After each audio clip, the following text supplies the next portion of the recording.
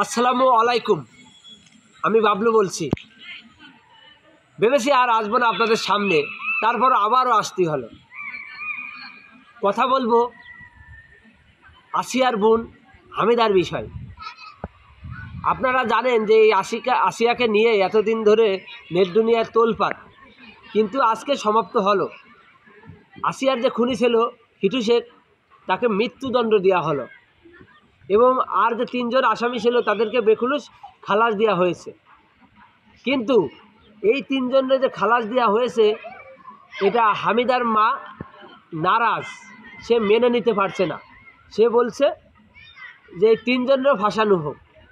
এখন ঘটনা হলো কি, আমি জোর করে বললি তো আর কাউকে মিথ্যা মামলাতে ফাঁসানো যাবে না, আর সবাইরে তো এক ফ্যামিলি ধ্বংস করা যাবে না, তারা তো ফ্যামিলি লোকজন রয়েছে। তো এখন ঘটনা হলো কি, আসিয়ার মা এই যে মামলা, এই মামলায় সে খুশি না। তা যাই হোক, এখন এই যে হিটু শেখের ছেলে সজীব শেখ, এই তিনজনের মধ্যে একজন যারা খালাস পেয়েছে। এখন এই সজীব শেখের স্ত্রী হামিদার মা এখন বলছে যে এই সজীব শেখ বের হয়েই আমার মেয়ে হামিদাকে চাবে। কারণ এখনও কলাম আসিয়ার বোন হামিদা এই হিটু শেখের ছেলের সঙ্গে সম্পর্ক রয়েছে কাগজ কলমে, এখনও তারা স্বামী স্ত্রী বউ। এখন জেলখানাতে বের হয়েই সে চাবে। এখন এর জন্য হিটু আসিয়ার মা ভয় পাচ্ছে এবং বলছে যে যত দূর তো পারি এই সজীব শেখের সঙ্গে আমার মেয়ে হামিদার ডিভোর্স দিয়াবো।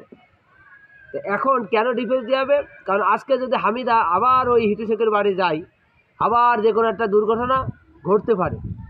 এর জন্যই আসিয়ার মা বলছে যে আমার মেয়ে হামিদাকে আর হিটু শেখের বাড়ি পাঠাবো না, তাদের সঙ্গে কোনো সম্পর্ক নাই।